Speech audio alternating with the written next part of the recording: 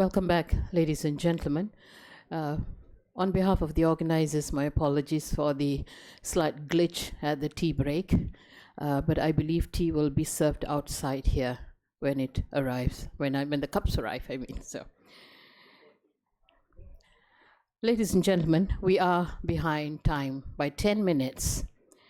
For the introduction of our next lecture, what do Netaji Subhas Chandra Bose's political and socio-cultural beliefs mean for multi-ethnic societies? I'm delighted to call upon a very prominent figure in our midst, an exemplary ex-diplomat who was High Commissioner of Singapore to Malaysia and also Singapore's permanent rep to the United Nations, author, former director of the Institute of Southeast Asian Studies, Singapore, adjunct professor at the Lee Kuan Yew School of Public Policy at the National University of Singapore, among the many stellar portfolios held by him. Ladies and gentlemen, let's welcome the inimitable Mr. K. Kesavapani.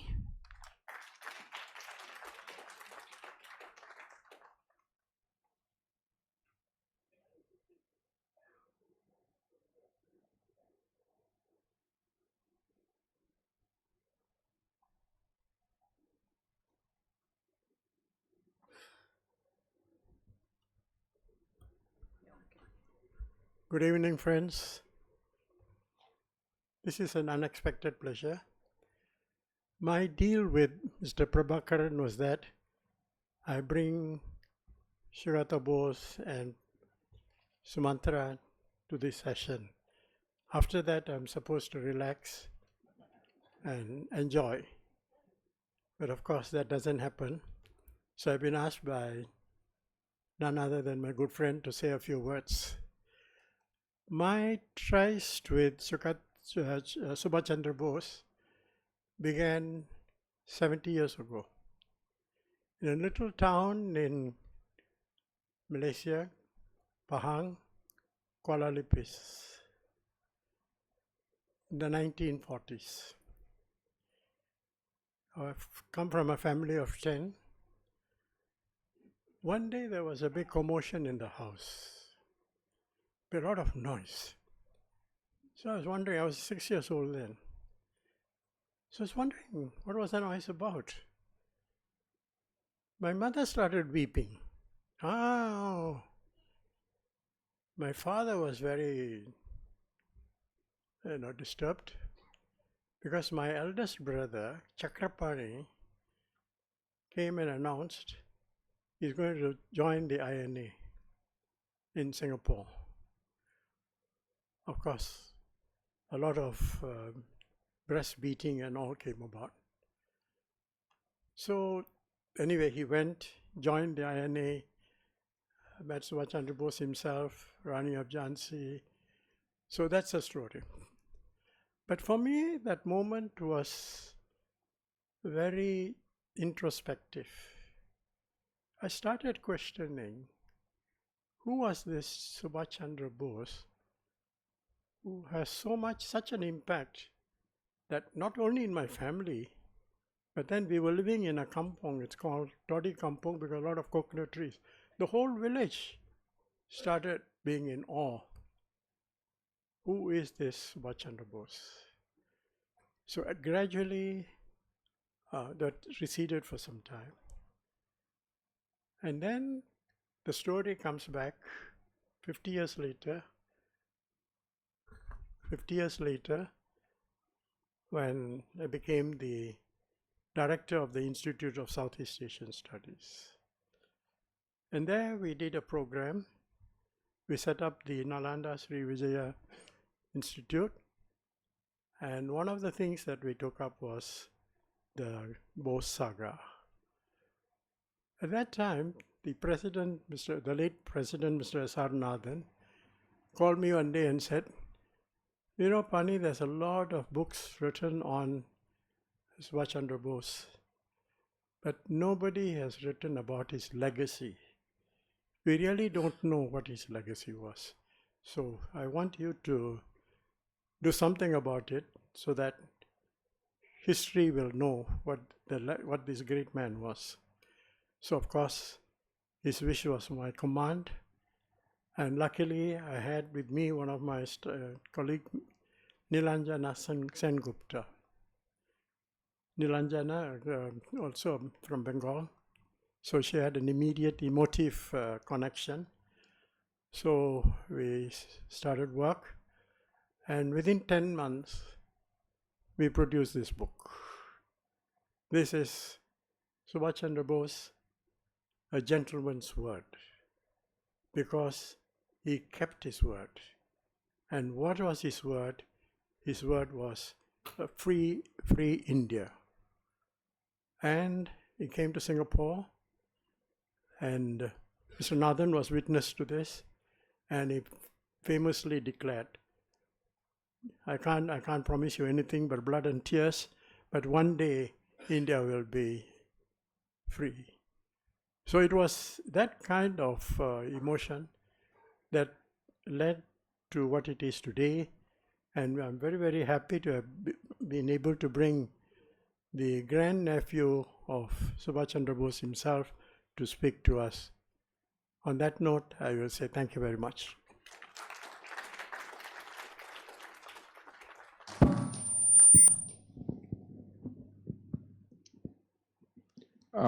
MC, I start now? Okay, it's okay, I'll start now. In the interest of time, I think, although has not been specified, we will conduct this until 5:30. Is that okay? Because until 6:30. Sorry, until 6:30. Yes, until 6:30. Okay, thank you. I just wanted to narrate a story. Then, of course, after that, mention I served this. His Excellency Kesavapani, of course, Professor Sugata Bose.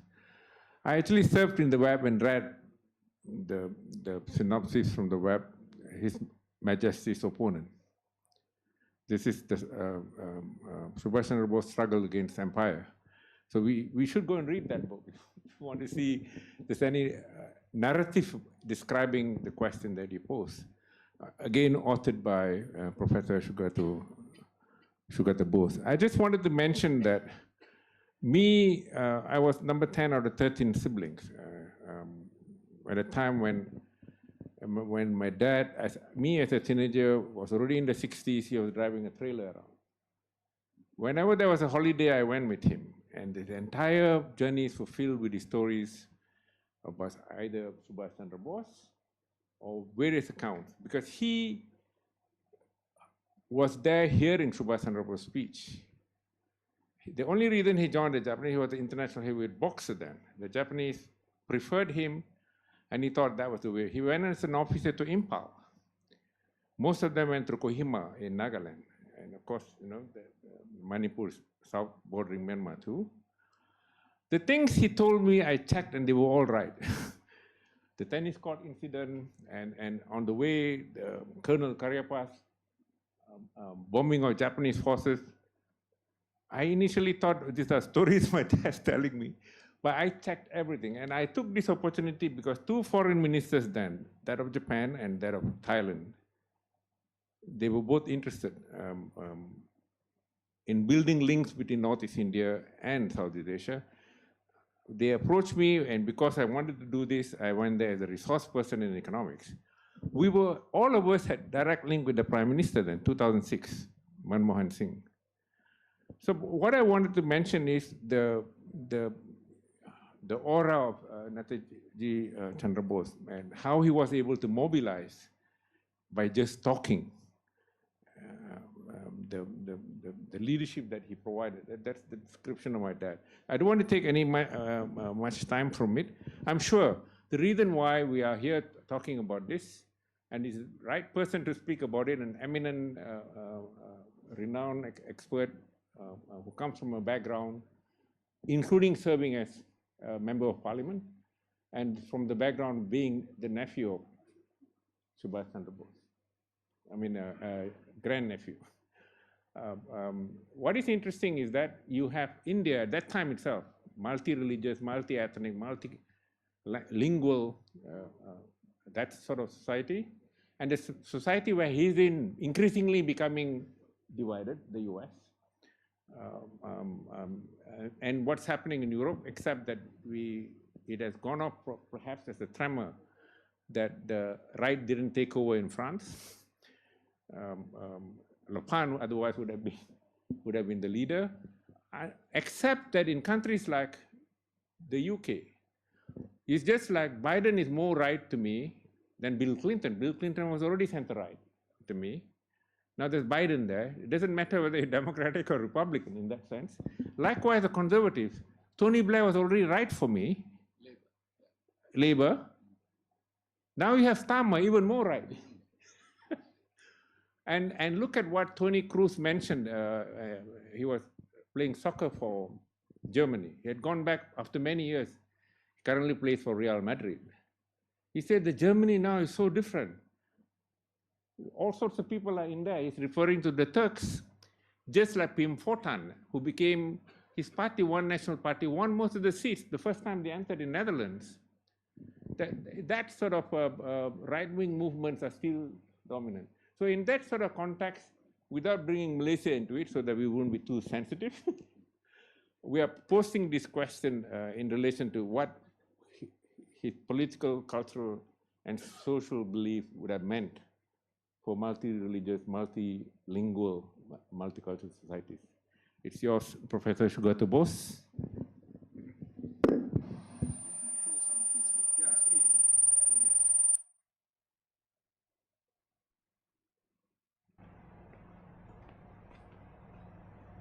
I will speak briefly so that we can make this session as interactive as possible. Now,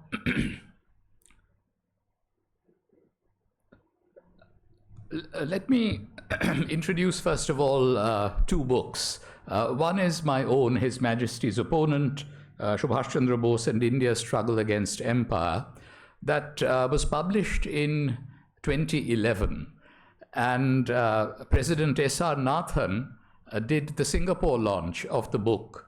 He chose the venue overlooking the Padang, and he chose the date, the 5th of July, because that was the day which Netaji referred to as the proudest day in my life. And he took the salute as the Supreme Commander of the Indian National Army. And the 10th anniversary edition came out in 2022. It should have come out in 2021, but the pandemic had intervened. So that's one, and I'll draw on this book in the course of my very brief comments. The other book which I want to mention is Netaji, Subhas Chandra Bose's Life, Politics and Struggle, by our mother, Krishna Bose.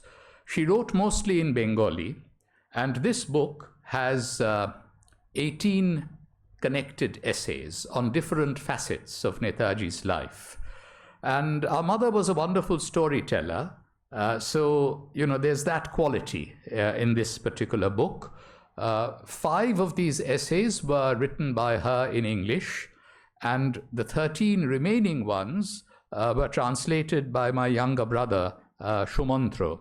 And this book came out posthumously after our mother had passed away in 2020. And I hope that Shumantro can help me in answering some of the questions. So very quickly, you know, our father had helped Netaji escape from India in January of 1941. He drove the car, a wanderer, from Calcutta to Gomo on the first leg of this Mohanishkraman, the great escape. But then, you know, on 23rd January 1943, my father wrote in his diary, Ranga Kakababu's birthday, my radiant uncle's birthday. What an auspicious day for our people, a sacred day for all of us. 46 years lived as life should be lived. Now, this is before Netaji became a legend as the leader of the Indian National Army. He was stuck in Europe. He was desperately trying to come from Europe to Asia. And this was Independence Day, 26th January And after that, my father writes about his own birthday on the 2nd of February, 1943. It was a few days after that, on the 9th of February, this is the 26th January picture in Berlin, but after that he made a perilous submarine voyage. It took 90 days. His only Indian companion on the submarines was Abid Hassan, who was from the Hyderabad, the south of India. And here he is on the deck of the submarine with the captain of the German submarine, Werner Musenberg. And they had a very difficult submarine-to-submarine transfer in late April of 1943 from a German to a Japanese submarine in a little rubber dinghy in choppy waters. This is with the crew of the Japanese submarine, which it had gone out from Penang, but it decided to go and dock in Sabang because there were already rumors swirling that Netaji might be coming to Penang. He then flew to Japan in June 1943 and then arrived in Southeast Asia on the 2nd of July 1943. Here you see Rashbihari Bose just behind Subhas Chandra Bose at the airfield. It was on July 4th, 1943 that he took over the leadership of the Indian Independence League. He made a stirring speech in Hindustani in which he said, "Hum zinda rahe ya mare wo koi baat nahi hai, sahi baat ye hai, aham baat ye hai, Hindustan azad hoga. India shall be free." This is in the Cathay Theatre in Singapore. And the next day, July 5th, standing next to him is Muhammad Zaman Kiani, who was the commander of the 1st Division of the Indian National Army, which fought in Imphal and Kohima in 1944. This is India's Army of Liberation. And what is truly striking about it is that Netaji was able to unite Hindus, Muslims, Sikhs, Christians by assuring everyone equal rights and equal status. He also united the people from North India and South India. The British had a very spurious theory of martial races and castes. So many of the professional soldiers who joined the INA happened to be from Punjab or the Northwest Frontier Province. But then the overwhelming number of civilians in Southeast Asia, and there were close to 3 million all across Southeast and East Asia, happened to be, the majority of them happened to be from South India, many of them Tamils. And that's why when Netaji spoke in a mixture of Hindi and Urdu, the Hindustani of that era, there was always simultaneous translation into Tamil at his public meetings. So he completely undermined, the British, concept of martial races and castes. And he believed not just in the equality of different religious communities and linguistic groups. He also, in addition to a community, class, caste equality, he believed in gender equality. And that is why he formed a women's regiment of the INA, the Rani of Jhansi regiment, led by Lakshmi Swaminathan. Here you see her, Lakshmi Swaminathan, and Subhas Chandra Bose is speaking at a women's gathering, and you see a photograph of Mahatma Gandhi. And let us not forget that it was Netaji Subhas Chandra Bose who first addressed Gandhiji as father of our nation in a radio broadcast.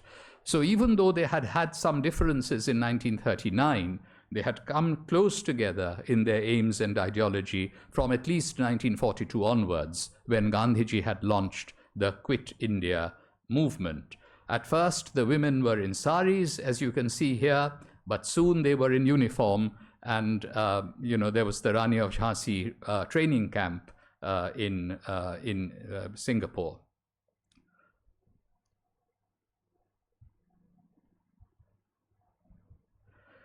One of the important challenges that Netaji faced, and this relates to multi-ethnic societies, just think about Indo-Burmese relations in the 1930s. It was a period of economic crisis. There was a massive peasant rebellion in the early part of the Depression, led by the Buddhist monk Sayasan, which was directed against the British, but also Indian financiers and moneylenders. But Netaji made certain that there would be good relations among all Asian freedom fighters. And he was using Singapore, Malaya, Thailand, Burma as the basis of his operations, and therefore he was extraordinarily generous to his hosts. And here you see him shaking hands with Bamor of Burma, and there the other leaders of the Burmese independence movement also seen in these pictures. He proclaimed the Azad Hind government on the 21st of October of 1943. And, he had always believed that India should be a federal union. And from the late 1920s, he had been talking about a concept which in English he presented as cultural intimacy. He wanted to see cultural intimacy among the different religious and communities of India, which he felt was lacking. And in this, he was somewhat different from Gandhi, because Gandhi would not, in his early life, take part in interdining, and had not, in his early life, been in favor of intermarriage. He changed his views on both counts later on in life. But Subhas Chandra Bose believed that cultural intimacy has to be the foundation for political unity. And he wasn't talking about secularism in a Nehruvian sense, but he was thinking in terms of equal rights, equal opportunities, equal status for members of all religious communities. And this is what he actually showed in his actual work. For example, in the British messes, the different religious communities would dine separately. But in the Indian National Army, Hindus, Muslims, Sikhs, Christians, they all came together, they ate together, they sang together. There was a wonderful INA orchestra which composed inspiring revolutionary songs. There was an INA Qawwali, in which everyone, participated. Jai Hind ka nara gunj utha, and so on. And of course, he was also a diplomat on the world stage, representing India at a critical moment during the Second World War. He was trying very hard. He was troubled by the conflict between China and Japan, and he wanted that to be resolved in the interest of a larger unity.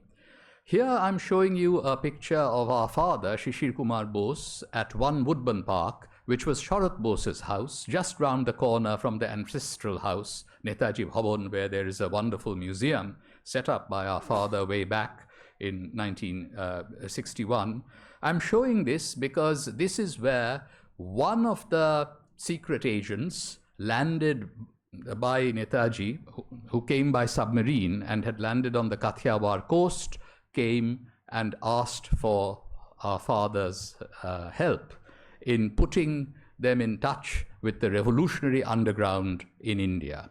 Because the whole idea was that when the INA came into India, there would be a large-scale civilian uprising. I mention this because I know I've been getting messages that at long last, many of these secret agents who had landed by submarine and who had been executed by the British after secret trials, are beginning to be remembered and honored. And again, they belonged to all the regions and all the religious communities of India.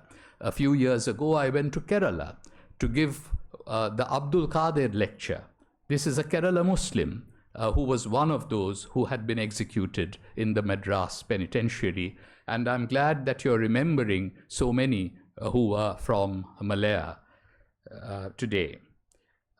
He paid reverence to generations of Indian revolutionaries who had spent life sentences in the cellular jail on the Andaman Island, which after it had been handed over to the provisional government of Free India.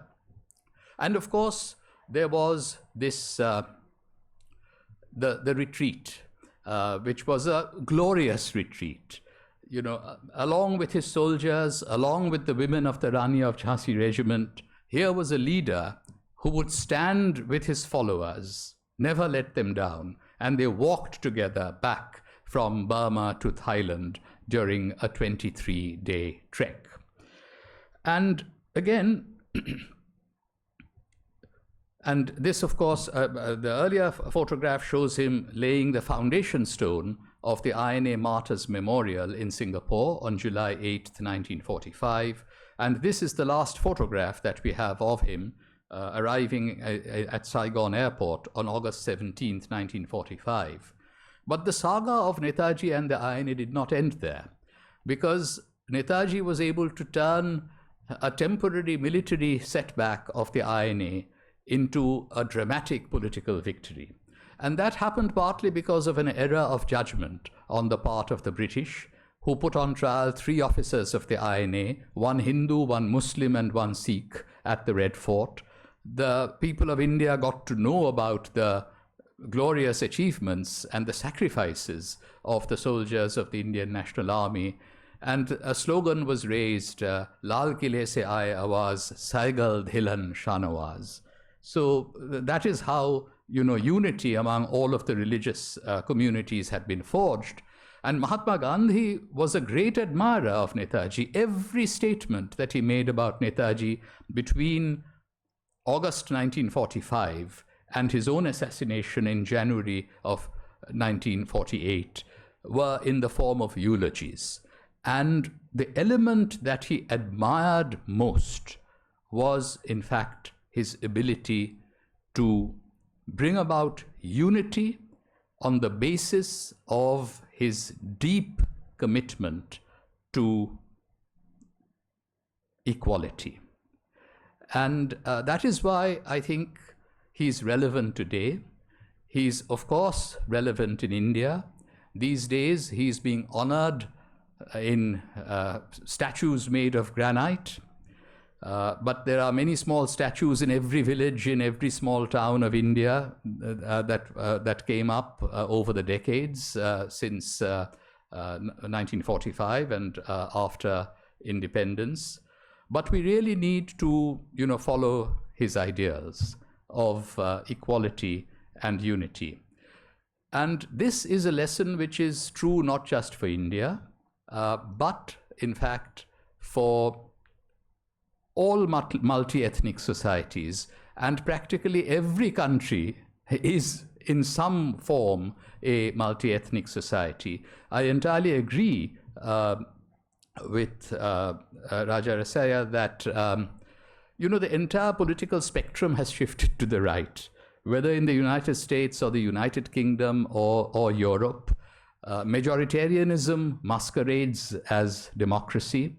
So a religious or an ethnic or a racial majority is trying to fight back against processes of democratization that had taken place in earlier decades. And in this kind of a context, whether we are talking about America or Europe or different countries of Asia, Netaji's ideas and ideals remain as relevant as ever. As he had put it in a letter that he wrote to the government when he went on a hunger strike to get himself released so that he could escape from India and raise an army of liberation abroad. He had said that ideas, ideals, and dreams don't perish.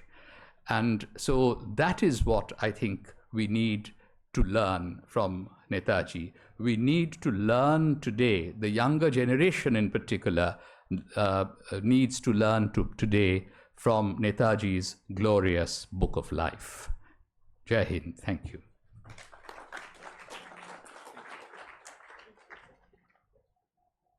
Yeah, I just would like to say a few words before I open the floor for questions. In the way Professor Sugata Bose articulated his presentation, I see a parallel with Sukarno, the president of Indonesia, the first parliamentary meeting after elections, after the Dutch were not allowed to come. This is before the Bandung conference. 97% of the parliamentarians were Muslims. They wanted Islamic Indonesia. With his oratory skills, and I'm a big admirer because I speak Malay very well, even Bahasa Indonesia. He managed to get everyone to support Indonesia for the Indonesians. All this ABRI and so on that came to target the Chinese happened during Suharto's time, not during his time. Now I see that parallel now with Subhas Chandra Bose. Equality was already there then, and in fact, formally as a non-aligned movement, it was under Tito, 1961. Nehru was representing India, that they formalized the non-aligned movement. I think that's an important area to connect with the Zokfan that Tun Razak mooted for ASEAN. I think that's the direction we should take. And egalitarianism that's not just between borders, between ethnic groups, between religions, and so on. I stop there so that there'll be, because of the little time there, can you all please, as quickly as possible, because we have only 19 minutes, pose questions to this. We are lucky to have an eminent professor here. Yes, please. You have your hands up, please. Sarah, can you pass that?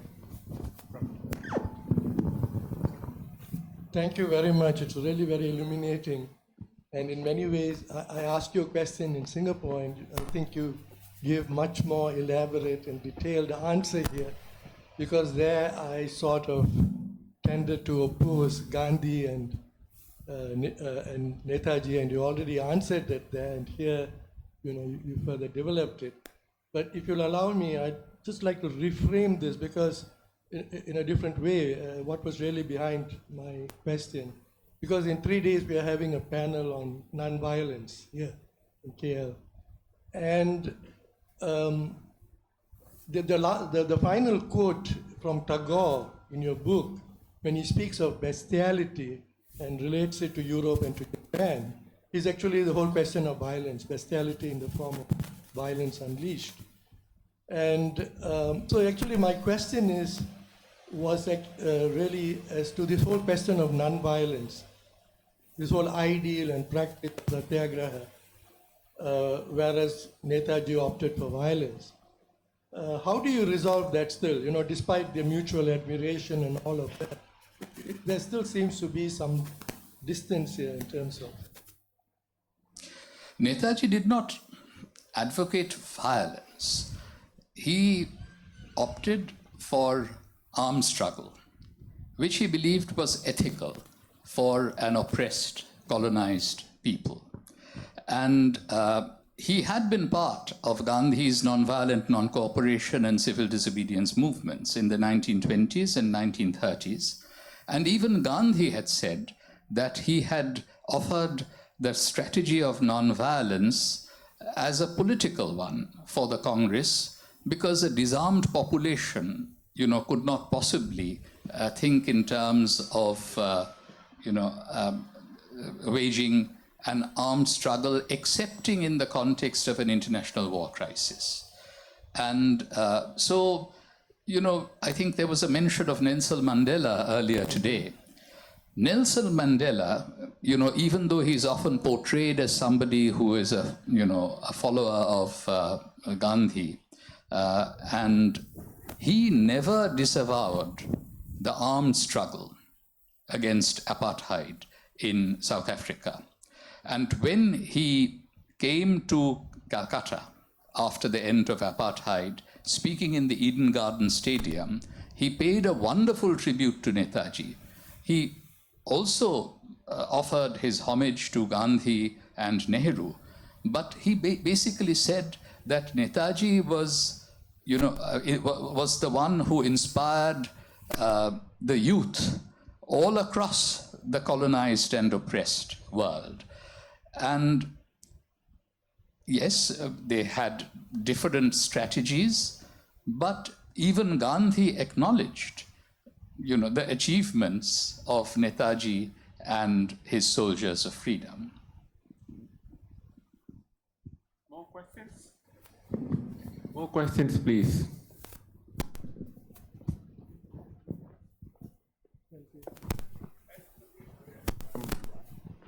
Professor Ari has got a question. Yeah, we talked over tea as to the circumstances of the plane crash. Would you be able to enlighten us? We talked over tea of the circumstances leading to the crash of the plane. Yeah. First of all, I think it's very important to keep the focus on Netaji's life and work, because that's what the current generation can learn something of value from. But I'm prepared to, address the matter of what I describe as the mortal end of a deathless hero. Japan had just announced their surrender on the 15th of August, 1945, but the war had not quite ended. And Netaji was trying to move from one battlefield to another. And he traveled from Singapore to Bangkok. And then from Bangkok, he flew to Saigon. And he was traveling in a military bomber. And once again, he had only one Indian companion. This time it was Habibur Rahman, who had been the Deputy Chief of Staff of the INA in Singapore. Abid Hassan was there up to Saigon, but Habibur Rahman had the higher military rank, so he was accompanying Netaji. And as a historian, I have absolutely no doubt in my mind that tragically, Netaji died as a result of the crash of this Japanese, reconstructed military bomber in Taipei on 18th of August, 1945. And that is because there were 7 survivors. We have the eyewitness testimony of 6 of the 7 survivors, including Habibur Rahman, who told the same story until his death in 1978. We have the eyewitness testimony of doctors who attended to him, a nurse who looked after him, an interpreter who knew him well, who was brought to his bedside, and so on. And I would not be so emphatic if people want to say that we just don't know. I mean, because in a deeper sense, Netaji is deathless. He still holds lessons for us today. But I'm saying this with some degree of emphasis, because unfortunately, there are some very small, mischievous groups of people who spread all manner of conspiracy theories, and some of them are extremely demeaning to a leader who was the only top-ranking leader of the Indian freedom struggle, who laid down his life on the battlefield, fighting for India's freedom. And that is a martyrdom that we should learn to honor.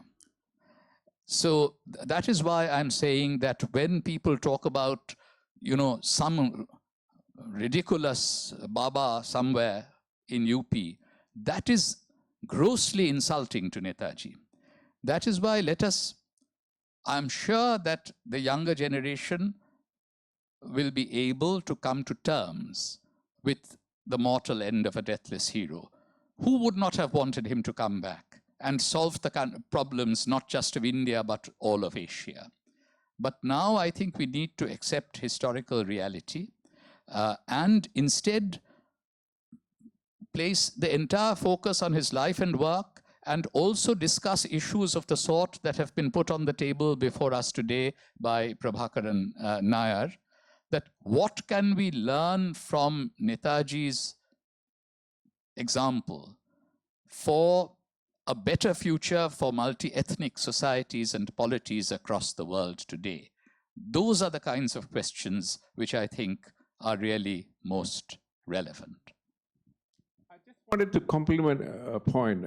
This happened in 1990, me listening to a BBC interview. Mandela was responding because he was accused at the time when the Soviet Union was collapsing. Mr. Mandela, you were very favorable to the communists. Are you still in the same stream? His response is like this: we have a common goal, and nothing is more noble to free our people. That's the point he made, to free our people. Some chose to take up arms to defend themselves. Some took it passively. He had his own goals. He was not part of them, but in the sense of taking the line of the communists, he talked about African socialism, which is very different, but still it made a point clear: freeing yourself from colonization, from apartheid in his case, which is far more extensive than, I think, from 1948, when the government officially introduced apartheid in South Africa. So my own feeling is, as I hear now, a lot of it's new to me. I'm happy to hear it.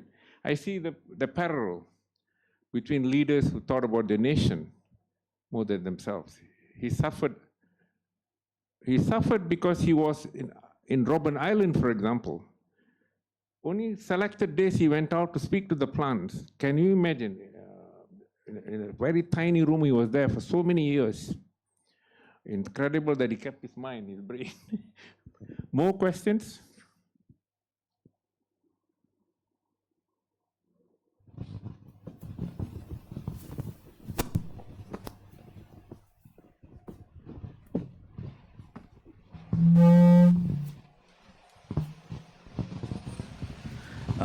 Thank you, Dr.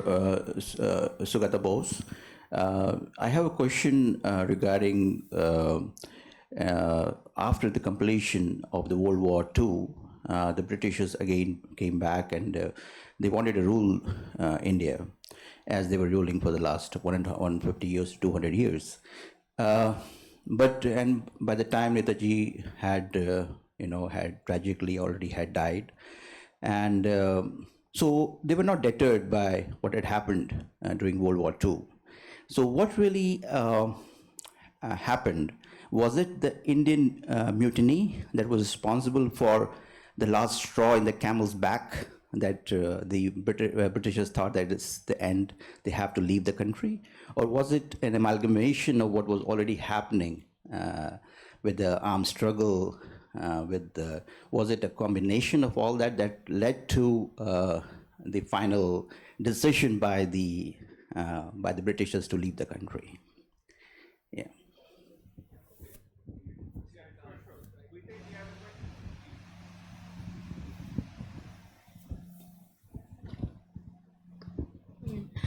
Okay. All right.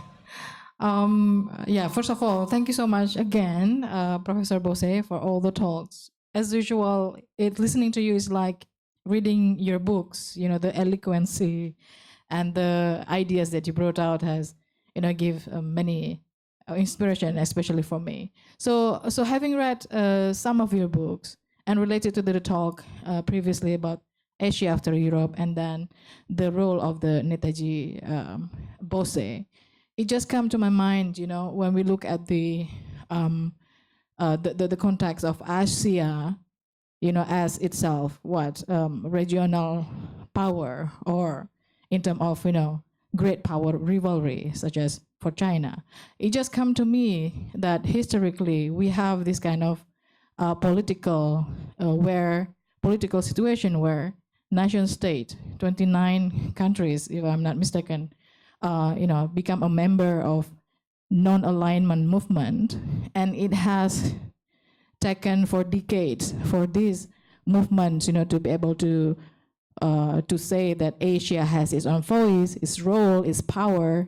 But then in the middle of 1970s, 1980s, yeah, we witnessed, we read from many literatures that basically this kind of movement face some kind of challenges, such as, you know, development and industrialization that become the main harder for Asia, you know, to rise as a its own, you know, its own power at that time. We can exclude China when we talk about NAM, for instance.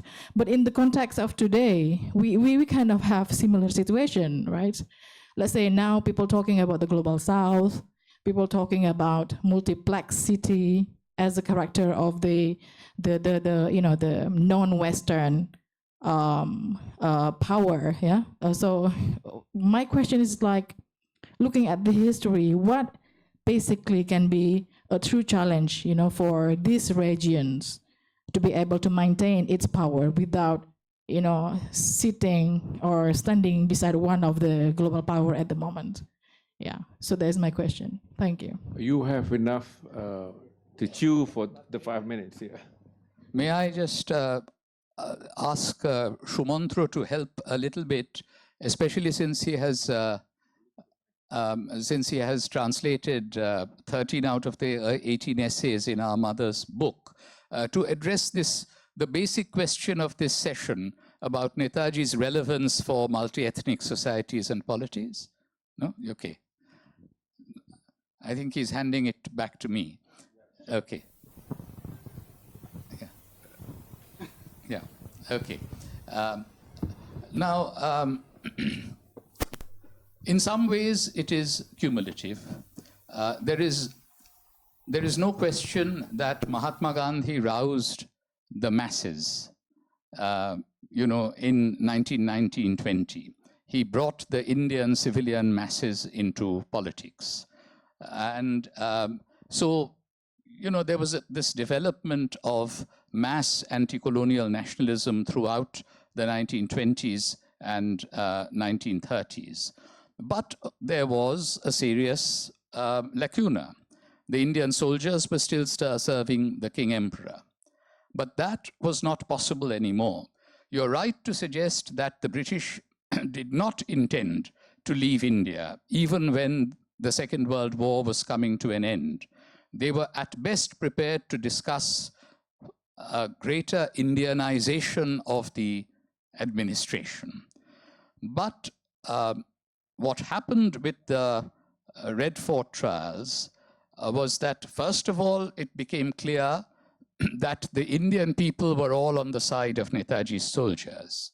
But it also became evident that even the soldiers who had fought for Britain during the Second World War were changing their minds, that it would not be possible to use Indian soldiers to hold India in subjection anymore. There was a mention of Cariappa by Professor Rasaya. Cariappa had fought on the British side. But what was he doing in the winter of 1945-1946? He was going to attend Gandhi's prayer meetings. He was coming to visit Sharat Chandra Bose, Netaji's elder brother, at his Woodburn Park home. It had become clear that Indian soldiers could not be used anymore either to hold India in subjection, but then Indian soldiers had also been used to keep other countries of the British Empire, other peoples, under imperialist domination. That wouldn't be possible either, because remember that the British at first used Indian troops to help the Dutch take Indonesia, retake Indonesia, the French retake Vietnam. But post the winter of 1945-1946, that was not possible. So Netaji had paved the way not only for the independence of India, and had he been able to return, then it would have been a united India, because he had the support of all the religious communities, and he would have had an equitable sharing of power among Hindus, Muslims, Sikhs, Christians, and so forth, and also the different linguistic groups of India. But he also facilitated the freedom of other colonized countries of Asia, because it was just not possible to use Indian forces anymore in support Western imperialism. So that was his signal contribution at that moment. But he had also a bigger contribution, which is relevant even today, which we were talking about. I'll simply say very briefly in answer to your important and complex question that there were very generous conceptions of Asian unity, Asian solidarity, even Asian federation that had been in circulation in the 1920s, 1930s, 1940s, and 1950s. The first Indian leader to envision an Asian federation was Netaji's political guru, Deshabandhu Chittaranjan Das, in his presidential address to the Indian National Congress in Gaya in December 1922. And both Sharat Chandra Bose and Netaji Subhas Chandra Bose followed that ideal and kept saying, Netaji in China during the Second World War said that he drew inspiration from Chittaranjan Das, but also Sun Yat-sen, to think in terms of an Asian federation. And what I would say is that it's better that, if moves towards some kind of a shared Asian formation is less state-driven than it became in Europe. That has been the problem, I think, of the European Union, despite its successes in overcoming the animosities between France and Germany and so on in the aftermath of the Second World War. So my hope would be that, taking inspiration from the past, it would be important not just for politicians and political leaders, but leaders of civil society, intellectuals, students, youth, women's movements, environmental movements, to play a part in the reconceptualizing of Asia for our times. Let me mention that I'm sure you'll agree with me that we've seen Professor Sugata Bose sharing enormous amount of knowledge. Some of them are still novel to me. And I must say that typically in a conference like that, when you have a great speaker, all of that is lost because of the dissipation that takes place once they go back. In order to do justice, I recommend very much that, because knowledge is a public good, it's non-excludable and non-rivalrous, please keep talking about it. You can even contest whatever great ideas that he shared with us, so that this knowledge is built in society to provide the effects of a public good. With that, let's give him a big hand. I now pass the cue back to the MC. Thank you. Thank you, Prof. Please remain on stage for the next segment. I'd like to invite the founder president of the Malaysia India Heritage Society, Mr. Prabhakar Nair, to present a souvenir to Professor Dr. Sugata Bose.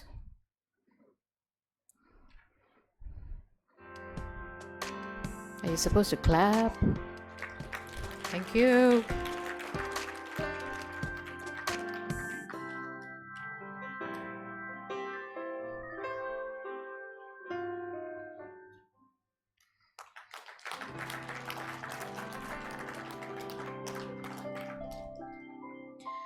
And now I'd like to request Professor Dr. Sugata Bose to kindly oblige us to present tokens of appreciation to the following gentlemen who helped make this, don't you agree, cerebral event a success.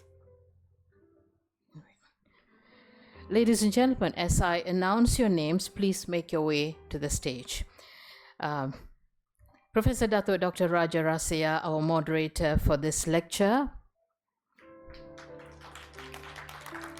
Maybe, gentlemen, you can step forward.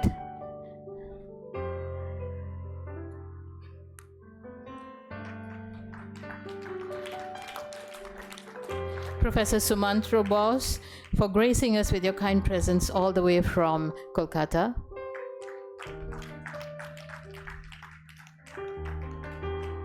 Yes, you're receiving it from your brother. It's an honor to have you.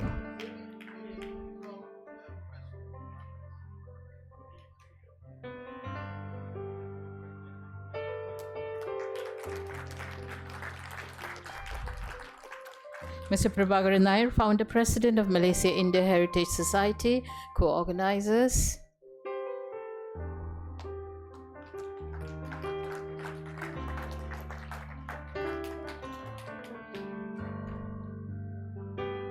Mr. K. Kesavapani, for graciously making it from Singapore with our guests of honor.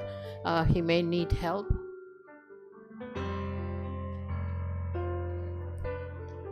Very kind of you, Professor Sugata Bose. Tan Sri Dr. Palan for the chauffeured transport arrangements.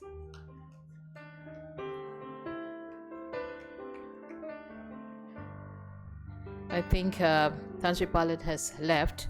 Okay. Dato V.L. Kandan for the hotel accommodation provided.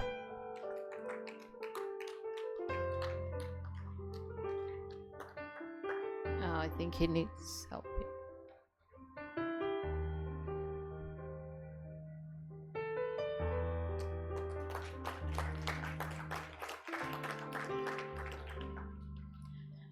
Dr. Sudhir Sengupta, Vice President of the Malaysia India Heritage Society, for hosting the lovely lunch today.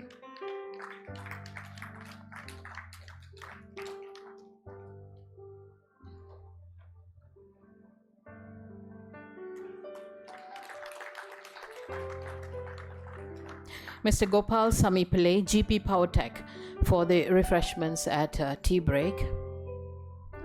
By the way, there's masala chai waiting for you at the reception. Please help yourselves after our session is over. Maybe take some selfies.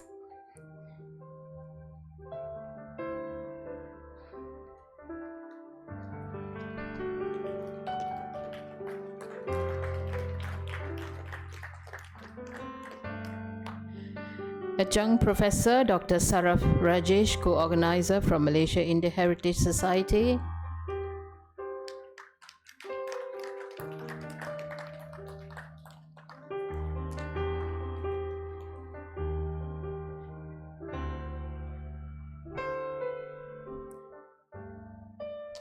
Dr. Raj Pandey, the Joint Secretary of the Thai Bharat Cultural Lodge, all the way from Bangkok, Thailand.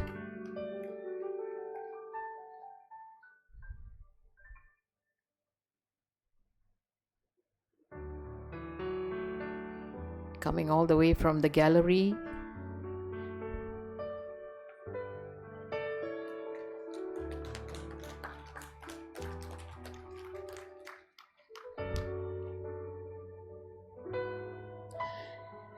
Mr. Radha Krishnan next, President of the Netaji Welfare Foundation.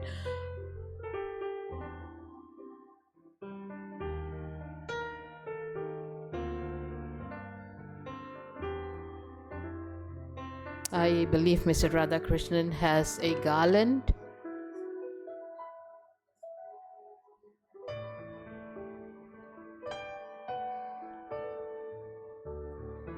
My apologies, that is Mr. Subbanarayanasamy, actually an INA veteran and advisor to the Netaji Subhas Chandra Bose Indian Cultural Center in Kuala Lumpur.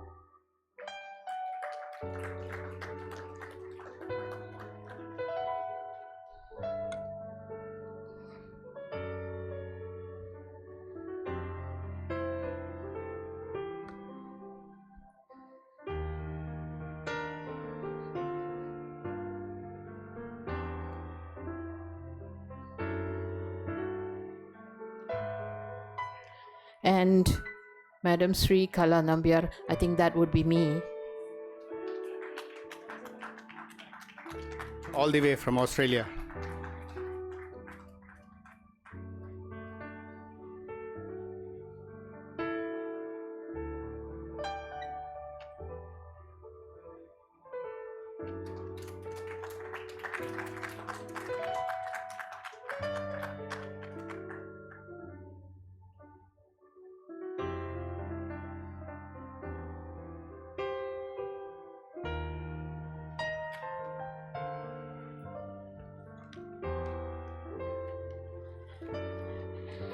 We're not done yet. For the group photo, I'd like to invite on stage EXCO members of the Malaysia India Heritage Society present here, namely Mr. Philip Matthews, Professor Aruna Gopinath,